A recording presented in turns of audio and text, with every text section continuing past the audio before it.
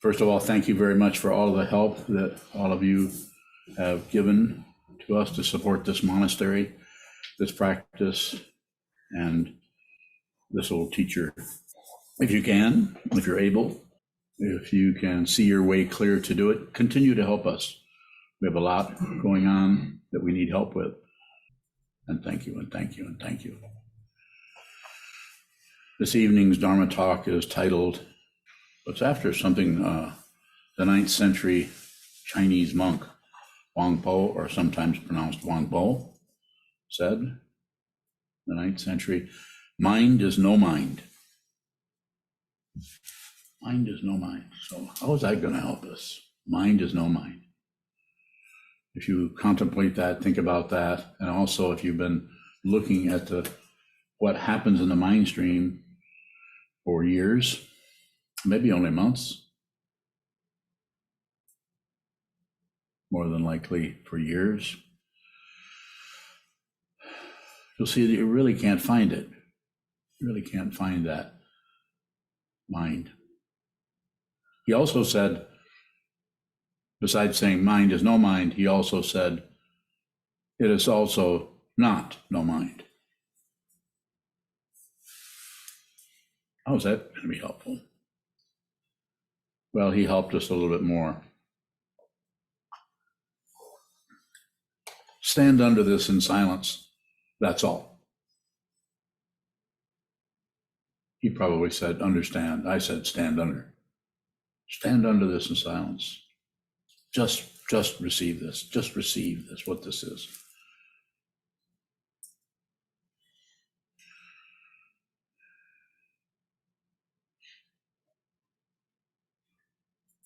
Mind, emotions, thoughts, ideas, memories, anything that's arising is looking for something else, some kind of attachment, something to get, something to stop, something to ignore, distract ourselves from, or obstruct.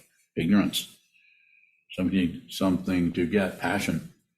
Something to stop, aggression. These, in Buddhism, these, of course, are the 3 poisons. I basically give the same Dharma talk over and over again with different titles. What I'm asking you to do is not so much stop the mind, but see it clearly. If you're receiving and you do anything with what you're receiving, if you're receiving thoughts, memories, emotions, opinions, judgments, you do anything with them, you try to get rid of them, you try to stop the mind, you just create a person who's accomplishing something. You create an entity. Create that. An identification that is supported also by the body and what's happening in the body, the appearance of the body over here and other bodies over there. Very seductive. But it's not the truth. Relatively, there's some truth there, of course, relative truth. But your true nature is not found, is not discovered, is not understood by grasping at something or rejecting something or ignoring something.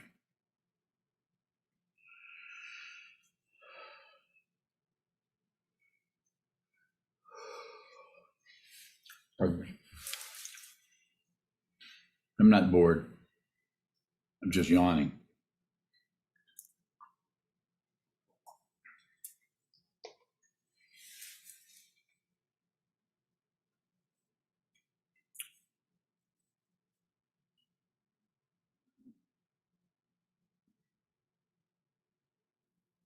How can we understand mind? Mind. We all have somewhat of an idea of what that is. It's no mind. It is also not no mind. A kind of paradoxical situation that quite often we find in Zen, but also we find this a similarity in Buddhist tantric or Tibetan practices. Our teachings also has this kind of paradoxical presentation. What's being promoted or encouraged is for you to see that, to see what is being pointed at by that relative. No mind, not no mind. Is there a middle way, a middle ground that is both and neither? Perhaps. Anytime we use language, we begin to tie ourselves up in knots, or right and wrong, up and down, back and forth, all the relative dynamics that go on, correct and incorrect, Buddhas and sentient beings, life and death. Talk about this all the time. So I've said a little bit, and with what I've said and what I've referred to Huángbò in the 9th century, what he said was saying to people over 1,000 years ago in a country where there was hardly any technology at all. They had wheels.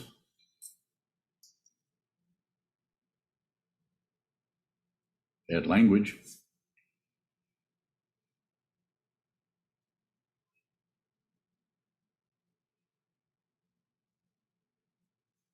Let me have some questions around this very simple teaching, very direct. Mind is no mind. Capital bowing, if there's something on the wall that says mind is the Buddha. Yes. So mind is no mind is Buddha, no Buddha. Yes. Well said. Were you trying to be funny? Good, because it wasn't funny. How is Buddha no Buddha and also not no Buddha? It is a way of using relative language to direct the awareness, the consciousness, towards what is fundamentally the truth. There is no existence. There is no non-existence. But that polarity, things non-exist, would be a positive way of saying it, and covering the negativity at the same time. This needs to be realized in your mind stream as you realize it. But then you see that nothing was realized, as it says in the Diamond Sutra. I can't quote it, but the Tathagata also says in the Diamond Sutra that I've realized complete unexcelled enlightenment, but I didn't realize anything. You've studied that. You remember that line? Partly. Huh? Partially. Well, that's kind of what I'm doing, partially. Is my partial and your partial together make something whole? Maybe. Maybe.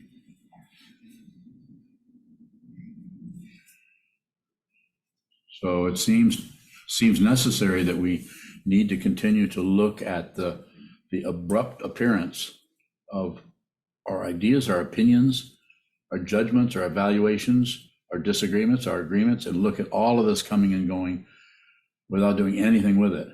Most of the world, the mundane world, all the directions, plus, minus, and neutral that are happening in the mundane world, all the people in that particular area are constantly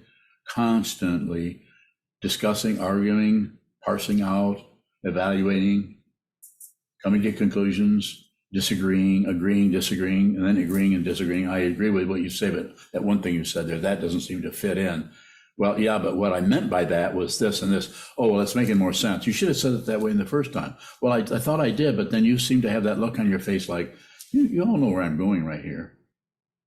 It's called a conversation.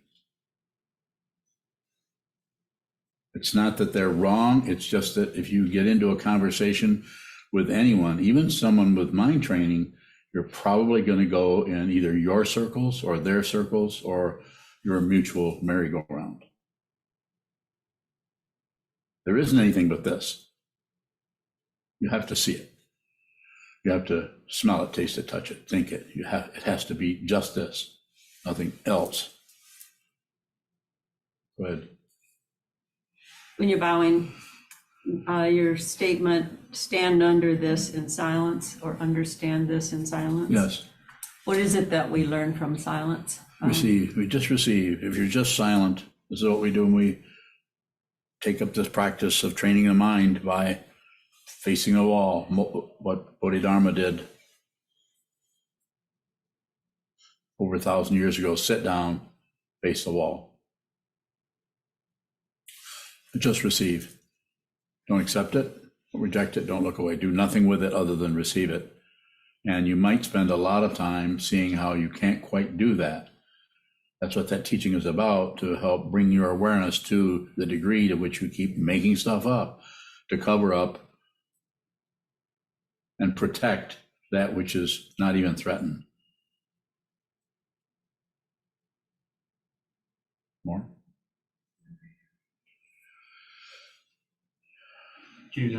What is no mind? It's mind. Mind, no mind. And no mind is also mind.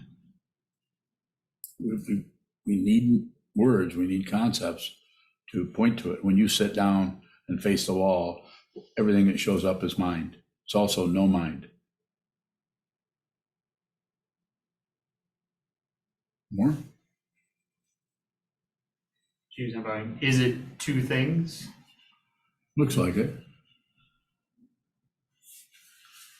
Everything looks like two things or more. That's appearance. It appears that way. But the appearance is empty of what you think it is, or what it looks like, or its description, or its anything about it. More?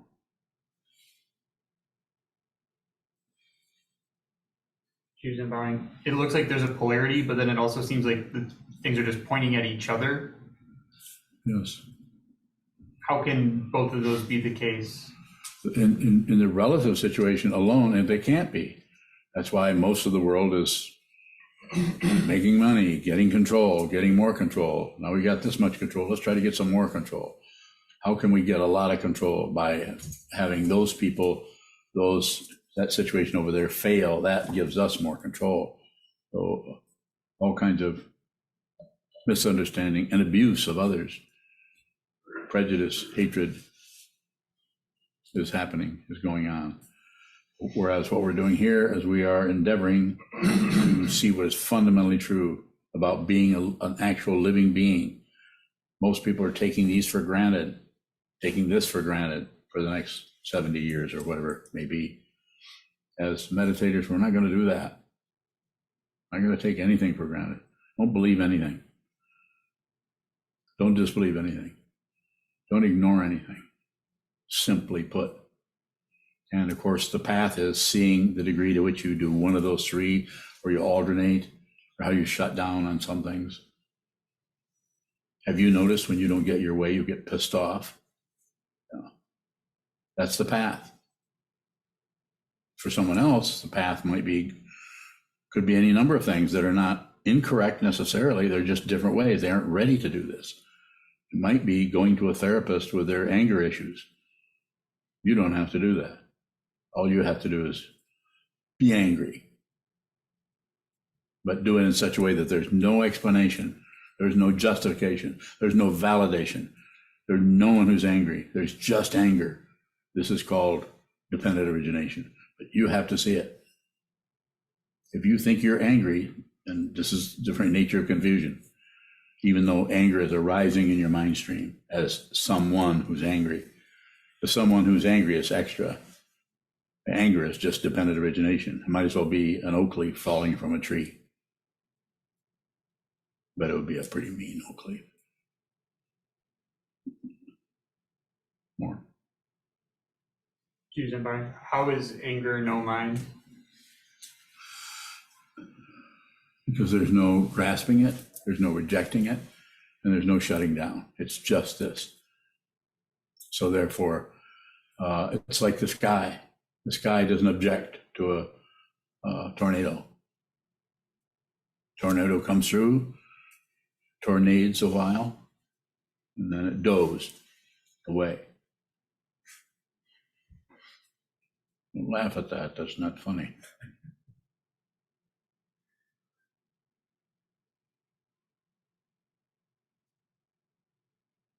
More.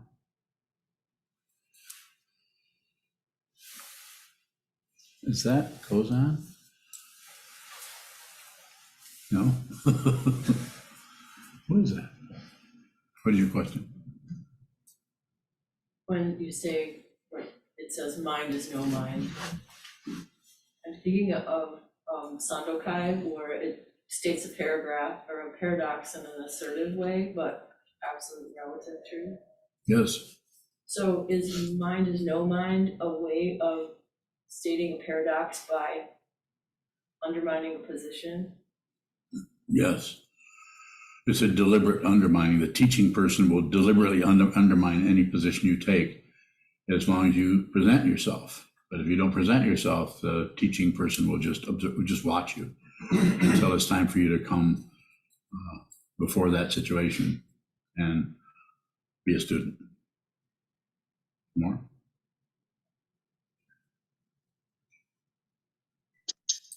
And she bowing. Go ahead, thank you. Do we need to understand what mind is to understand that mind is no mind? Bowing. What do you think it is now? I don't know. That's it. So is that understanding it? What you just said? It doesn't feel like it. That's understanding.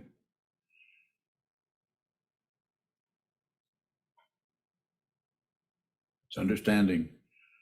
It's when we leave that for trying to get what we think it is, when we try to concoct something about it, that we actually leave that which does not know.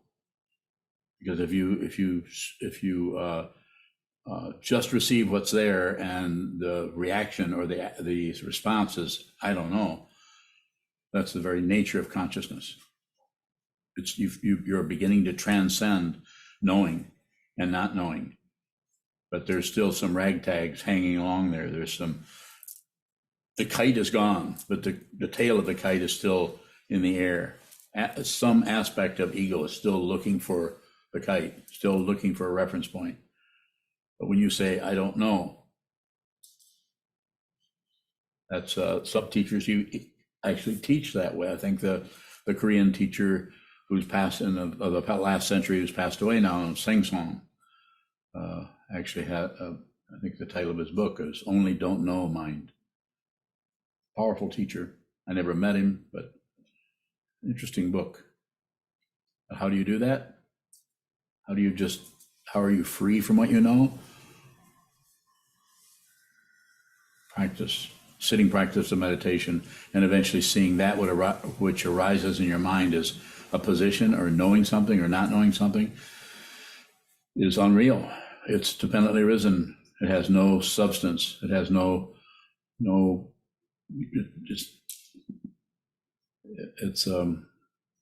there's no reference points there that will support any kind of assumption that there's a solid being. It's not that there isn't a body or hands. I'm not going the whole distance and saying that some kind of your body will disappear and you'll become transparent. Although perhaps in the Tibetan tradition it's sometimes called rainbow body. That is not to be explained. What is a rainbow? Not much. It has some substantiality in terms of the science behind it, perhaps, but the actual appearance is just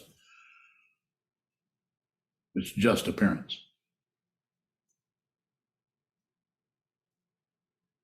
Has no bones, has no skin.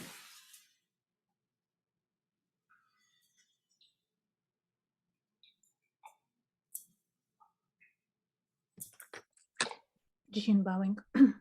Sheen, Is there more to the mind than suffering? Bowing. is there more to it than suffering? Yes. I would say there's less. It's more about less. It's more about less.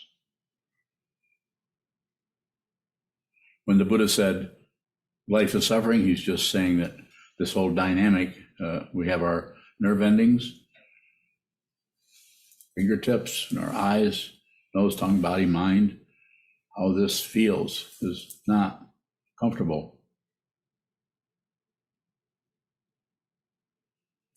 So it is about seeing that that is true and training your mind to see what that whole dynamic is about. You're here, you're a human being, you're suffering. The cause is wanting something else, passion, aggression, and ignorance. You want to stop it, want to start it, want to keep it away. And as the Buddha said in the third noble truth, Nirodha, this comes to an end. My way of saying it is suffering doesn't necessarily come to an end, but the identity of someone who's suffering is seen through. It may not come to an end, but you see that it's unreal. So therefore it does not have the substantiality as when we believe in a self who's suffering and needs to do something. Sometimes it's so horrible that a person wants to get rid of their own life. They're suffering so deeply, thinking that they are a body, mind only, and they can get rid of that and all that will end.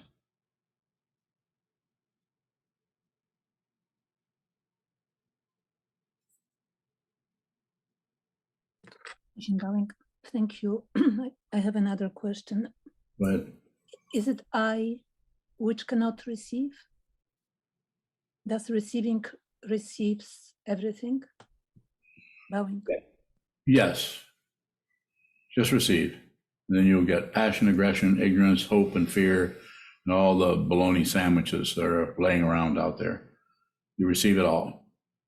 Take it all in. Everything is served to you, receive. This is the mudra. This one, it's not give me that, it's just receive. If it shows up, receive. Open hands. This is the mudra of ego. Clenched fist, tightened down on something. It may be a really nice person that's clenched, that is coming out of that in order to help somebody.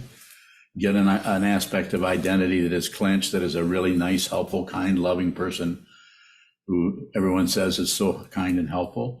Or it might be the clenched kind of fist that is out to push everyone into obeying and submission. And all the nuances between that all over the place. I'm sure you recognize that. And so no mind is this. Even this is the path. This is the path. This is the gesture of receive, receive, receive, receive. Thank you very much. Thank you very much. Receive. And what is the mudra of realization?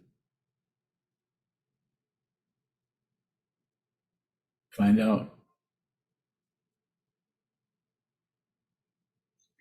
As the Buddha said, the Tathagata said in the Diamond Sutra, and I can't quote it exactly, but it is, when I attained complete, unexcelled enlightenment, I didn't receive anything.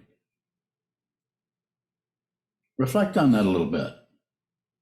This does not take, what is that fancy word that we say, chemical engineer? I didn't say rocket science, you notice that, because I still don't have any rocket scientists or students, or otherwise I would use that. Or do I? Is there somebody out there building rockets? I know Augie and Chisho are not going to do that because they're retired.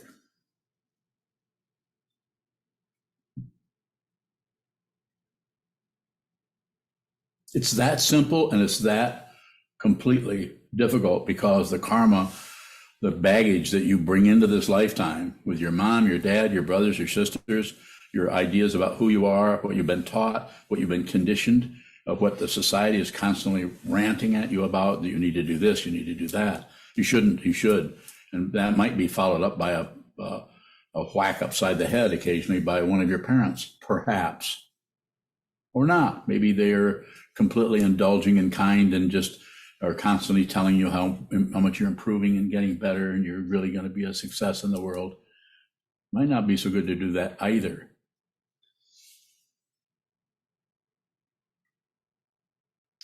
promote something you don't understand.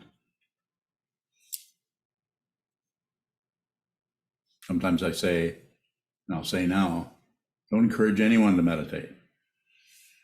It's difficult. You meditate. You train your mind. You get your butt to the wall. Sit down, hold still. Watch what moves. I may be here a few more years and I may not. But remember what I'm saying. That's the thing that I say over and over and over again. Train your mind. How do you do that? You sit down and realize how untrained your mind is because you believe this and you disbelieve that. You like this, you don't like that. You want more of this, but not so much of that. And you don't deserve that. You just don't deserve that. But this over here, you deserve that. You should be getting it. Why aren't, you know, it's a Coney Island of the mind, to quote Lawrence Ferlinghetti, his book title, written back in the 1950s, of his poems. It's just circular. This and this, and they're selling this, and they're giving this away, and you have to pay a lot for this, but this is free. How much are we manipulated by it when someone says, well, here, if you want some? No, I don't think so. Well, it's free. Oh, well, it's free. Maybe I should take some. What is it? It's lizard puke. I think that's pretty funny, but I can see that you're thinking about whether that's actually funny or not. Or maybe you're not thinking anything because everyone in here is wearing a mask. It's like 15 or 20 Lone Rangers. I'm going to give up. If nobody's going to laugh, then I'll just try to be more serious. No mind. No mind. How can that even be stated when we're constantly barraged by every day when we wake up in the morning? Here's this mind of ours that thinks that my name is so-and-so, and I'm have this kind of a job and this kind of an intelligence level, and I have these are my family members. Have you noticed in the middle of your dream, the families are gone, there's no one there. The dream, there's just a dreamer. There's no, I don't know how that's working for you. But when you go to sleep, there's just a dream. There's no personhood there. There's not even a dreamer. There's a dream.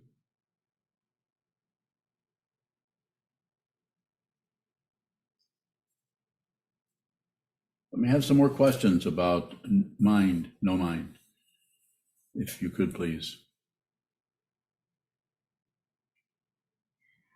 Goes on. Because I'm buying, a question out of what you just said about the dream. Sometimes in the dream, there seems to be a character that's identified as me, self. Yes.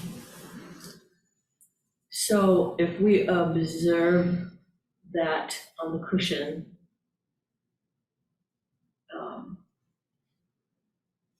Like dreaming on the cushion? no, if we're practicing in everyday life to see there is no separate self. But in that dream, if there is a character that seems to be I, is there any way to work with that, to see that? So I don't teach any of that, but there are some people who teach dream yoga, who work with it in a different way. I've done a little bit of that, but not enough to encourage me to work with it or teach it. The one that I promote as a Dharma teacher is a lot of it. Sit down, hold still, look at the wall, and forget everybody else. Just look at your mind stream come and go, grasp and reject and shut down, grasp, reject and shut down. Passion, aggression, ignorance, passion, aggression, ignorance, in the form of daydreams, falling asleep. Just that's what I encourage. I'm not saying that you couldn't do something with dreams. One of the ways that we've worked with it here, it's been years since we did this, but I think as a community, I think you might have been here when we were writing dreams. Now we all spent about a year and a half just every morning writing down the dream to see how that would show up in consciousness, or if that in some way could help you or me or any of us to get some more clarity on what happens in the mind when the body's asleep. And it pretty much goes crazy and comes up with all kinds of insane ideas. seems real at the time. And those of you who are able to do what's called lucid dreaming, or being asleep but waking up, you could say, inside the dream and realize that you're actually dreaming and start to manipulate things in the dream. Mind, because it is mind, it's very responsive to that. And quite often we can have a little bit of success with that. But because of the grasping mind, there's not enough success there to last very long. You might be able to walk down an actual hallway. The closest I ever came that was real, where something seemed real in the dream and real as the object that was in front of me physically, was to see a shelf of objects on a shelf, and to see that with dream eyes and know that I was sound asleep and yet I was dreaming, and I was looking at something in the room with a dream body, through a dream body. But how to do something about that or put something like that to use, I'm not saying you couldn't. I would say for the people, a lot of people, it just seems to be very entertaining to do that. There's a few teachers out there who teach dream yoga. So I don't know if that's where you're going. Didn't you study that somewhat with the fellow up in Minnesota? Oh, he does that, but we went on a workshop about death and dying, so it wasn't particularly about. Oh, similar. More dreams. You studied there too, right? Anybody else study? What was his name? Andrew Holichek. Andrew Holichek, yes. I have Yes. another question. Certainly. Sometimes when you say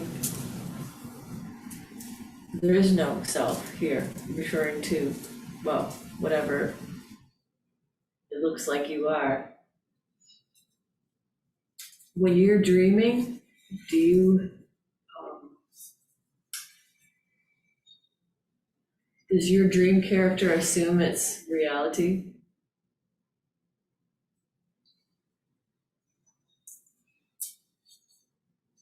The last dream I had that, yes, it did. But so does this one.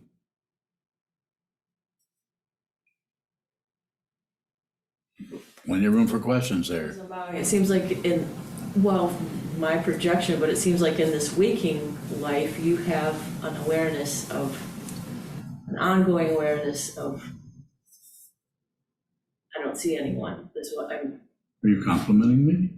No, I'm paraphrasing you. I mean, you could take Just it a as a pair? compliment if you want. Just to paraphrase it? Only two? What's your So do question? you have that awareness of self and no self in the dream? It's possible.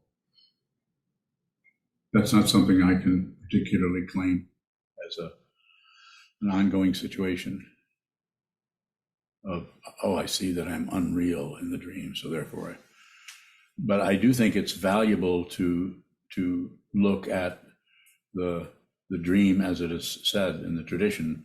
The dream example is a sample of what this is. That's the sample dream at night that you wake up and realize that was unreal. Well, now the next thing is to awaken from this dream while you're still in it. One more question. Please. If you compared your dreams now to a long time ago, has the character of your dreams changed? Possibly, but there's nothing to speak about there. From the point of view of remembering dreams that I had a long time ago versus the dreams that I have now.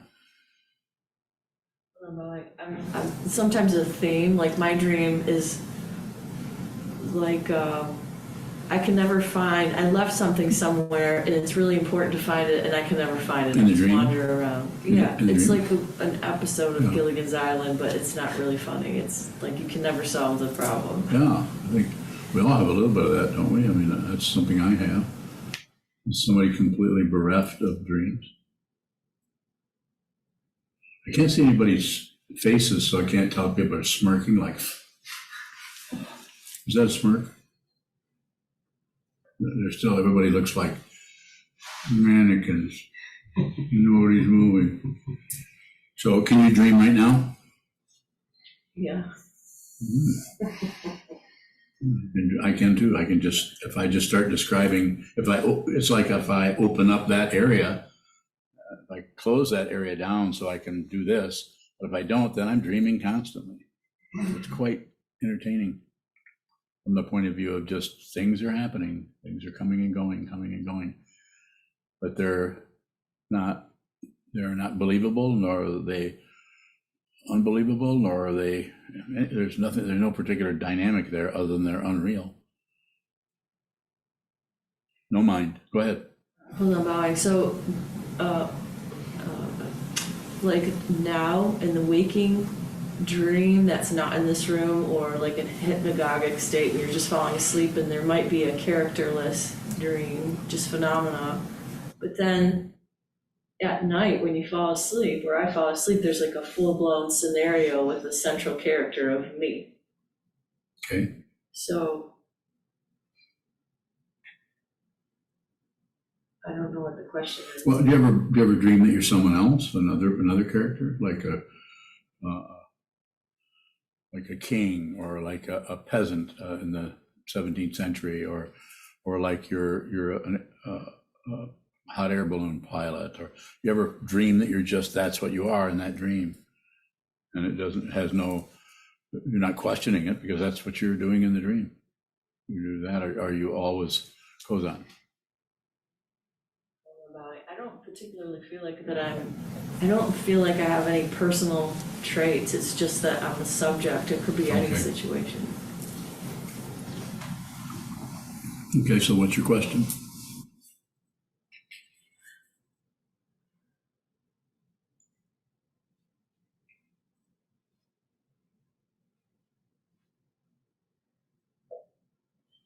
I don't know what is a dream, but it seems to be regurgitating some subconscious attachment to a self.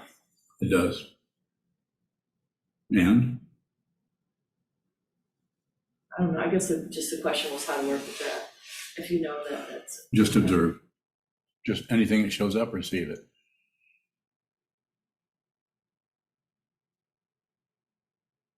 Don't conclude, don't exclude. Don't do anything with it. Just whatever shows up, just receive. Mind and no mind.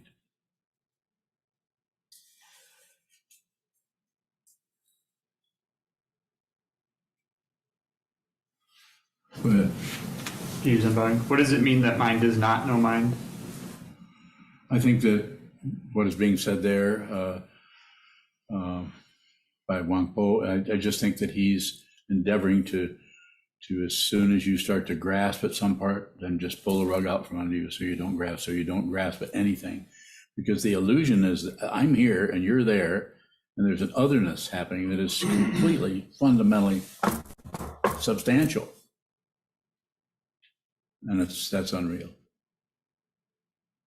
So it's just a way of, if you start to grasp it, no mind, then you got not no mind. You can go back and forth with it. You grasp it. Anything you do in the mind creates an entity that, and then is reinforced by an actual physical form that has a birth date and has a name and is treated by families. This is why in ancient times they were called leavers of home. You had to get away from the home or from society in order to begin to realize, because otherwise the society would just swamp you with its propaganda. You have to come here. Well, I'm your mother. Can't leave me. Or else might go the other way around. Well, you're my mother. You can't go run off to a monastery. There's constant pulling us back into the labyrinth called samsara. And it's totally justified, validated relatively. Of course it is. Makes sense. And most people are not going to be able to do that. But those of us who can, say, leave home or socially isolate, is a modern COVID season phrase for that. Isolate, get away from everybody so you can see who you are. So you can see who in what this is. There will not be a conclusion. Conclusions happen in the relative world. Conclusions and exclusions and ignoring.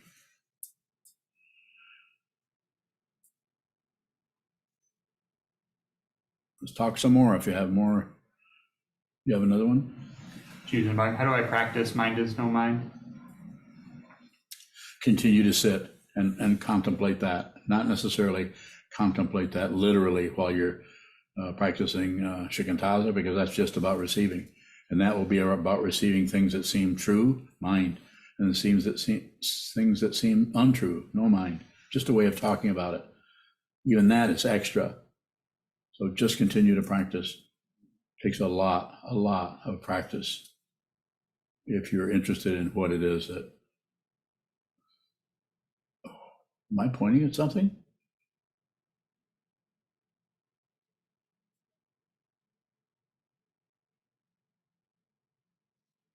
Byun. I'll get you in a minute. Byun. Bowing, what is bare perception or maybe pure perception of mind? Bowing? Pure perception is just, you just see what that is without having any idea or any conclusion about what it is. You see it, but you don't conclude something about it. When you have pure perception, then you don't really see anything. If you do see something, it would probably take the shape of a mirror. It would be reflecting back that which is observing. Just a way of talking about it. Bowing, and then if you have that and you add on a judgment, Yeah. is that also pure perception of mind? It could be, but it's probably just a cover-up. Anytime you name, locate, push, pull, change the color of, change the shape, or modify it in any way with your commentary, your perceptions, then it's just a form of ignoring. You're ignoring what that is.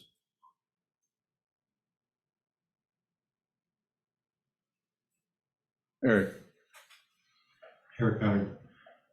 When Gyokudo asked if Buddha is no Buddha, you said yes. And that makes me wonder if the key word is and not mind. So I'm wondering if it's possible to restate that teaching without the word is. Go ahead. I don't know if I could. I don't know if it's possible. Buddha.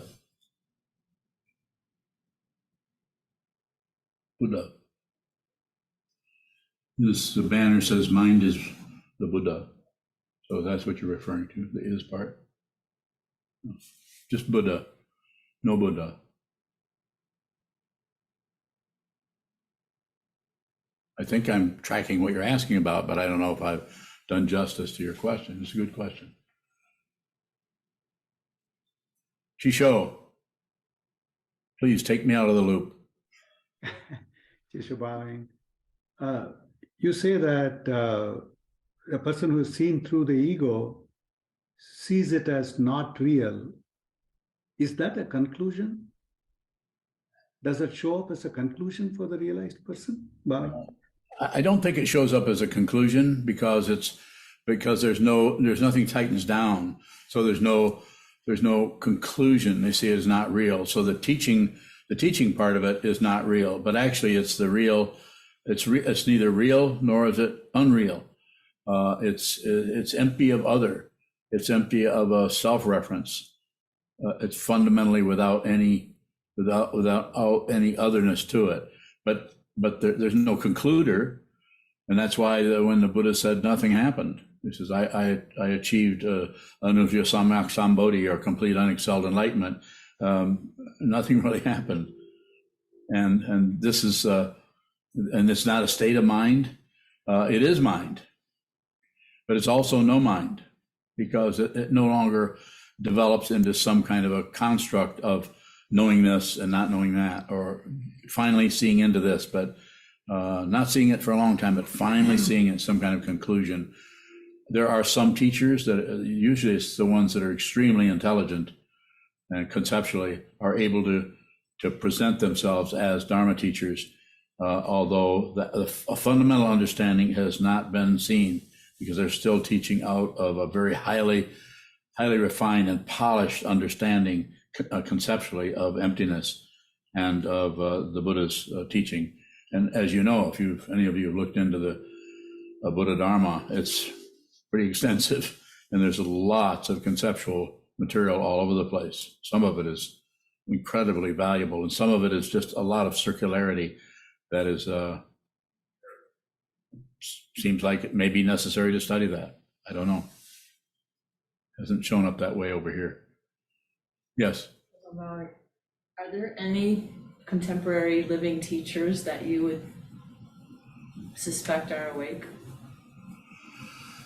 I think His Holiness Dalai Lama is, but who am I to say? I would have to meet somebody for sure. I would have to sit with you or any of you for 10 or 15 minutes and interact with you for a while, because I don't just do it with what you say. I don't see it. I could even say about myself, I'm neither awake nor am I asleep. I make no claims other than those. For some reason, not even use the word reason, I teach. And what do I teach? I have students. Students go away. I don't set myself up or try to go on Amazon and try to promote myself as a teacher, although there is a book on there. All that being said, I do want to, if there are people that are interested, I do want to teach.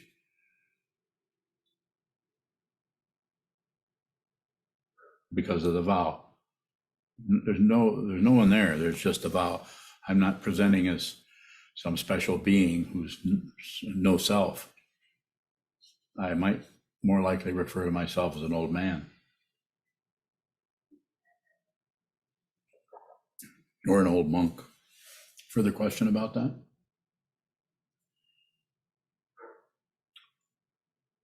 A lot of times you say, I'm looking at it. I am, right now. Has a mask on.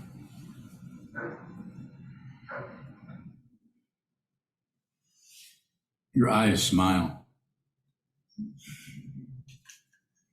Even though they're going like that. You have a question?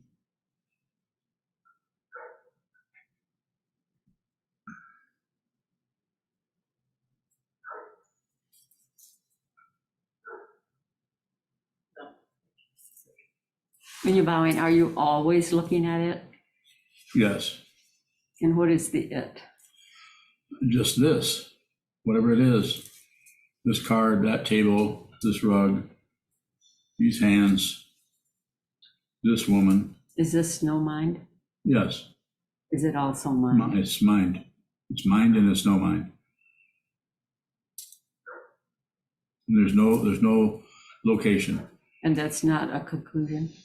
No. What is it? Conclusion.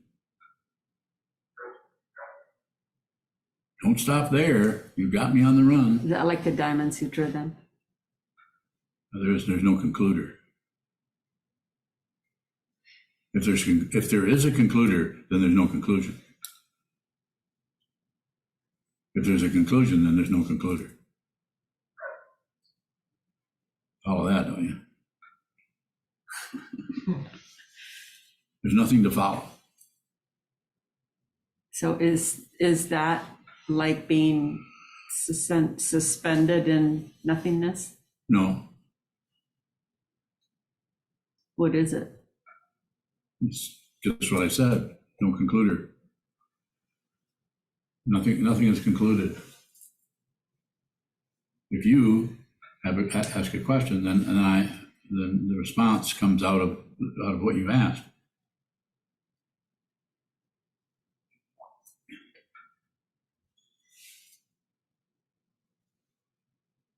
How is it possible to live like that? It's not.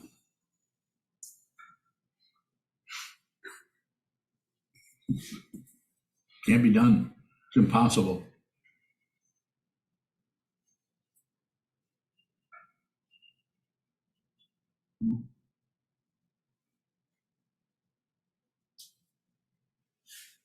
Dr. O'Bonnell, you say there's no concluder, there's no one doing anything. Yes, You're not doing anything, so you also say there's nothing to do yes. and nothing happens. I forgot my question. Nothing happens. Thank you. You dropped off your own cliff. Were you setting up a cliff for me to jump off from? I don't know. Don't?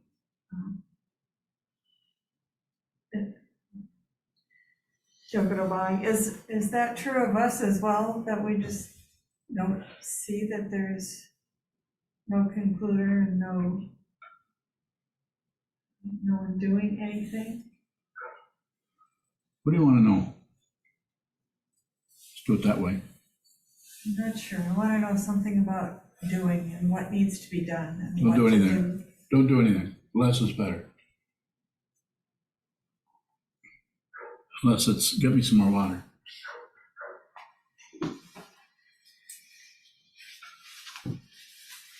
Thank you.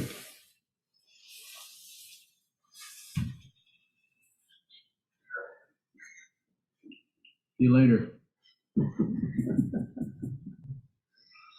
Don't do anything unless you have to.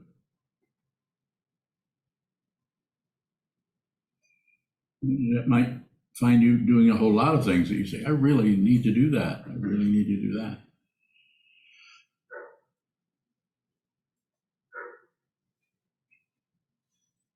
They'll combine two polarities like mind, no mind, knock us off the rails of what we're doing, Do they do what? kind of derail us from doing. Yes. Don't. Yes. Isn't, right and wrong, up and down, back and forth. We go into the polarity in a form that has that kind of dynamic, isn't, existence, non-existence, and we look at that closely. The big one, of course, that we're faced with, it's a slow mover. You could say it's slow because it's lasts for years and years, but existence, non-existence. That's the next polarity, to show up your actual non-existence as a form. So this is why we train now. We're all alive as humans, and this is the human realm, and we're going to see what this is.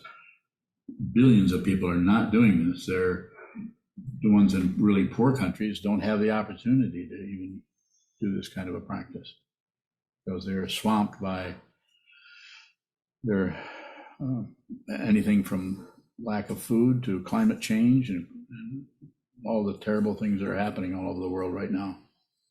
Watch the news for 20 minutes, you see a lot of it. A lot of it isn't reported at all.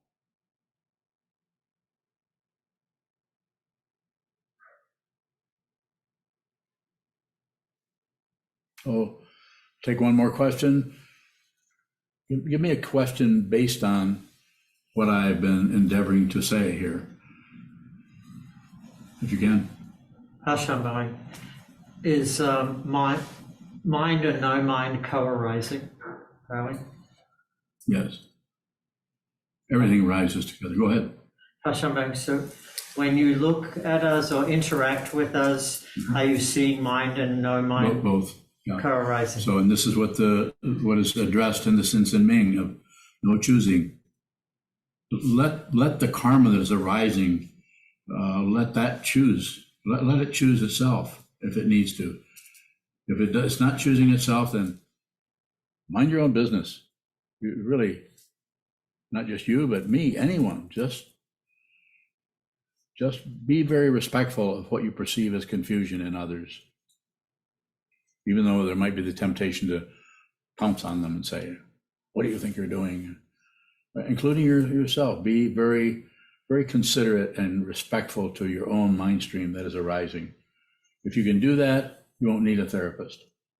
You will actually work with your own negativity in a way that is respectful to what's the fancy word, karma. If it's, as you've heard me say, dozens, if not hundreds of times, anything that arises in your life, this stream out here, or the mind stream, which are not two different things, they just look that way, you have it coming. If there's any such thing as a you, it's supposed to happen to you. I'm not talking about fate. Fate is a commentary on the illusion of time, of something in the past, something in the future, something in the present. Everything is this. Everything is now, and even that's just one spelled backwards. You can't get a reference point to this. It's that mysterious, and yet it's right in our face every moment when we wake up, when we go to sleep. It's right here. It's in this Zendo. It's right here, right now. And you can't calculate it, figure it out, or squeeze some kind of meaning out of it that I know of.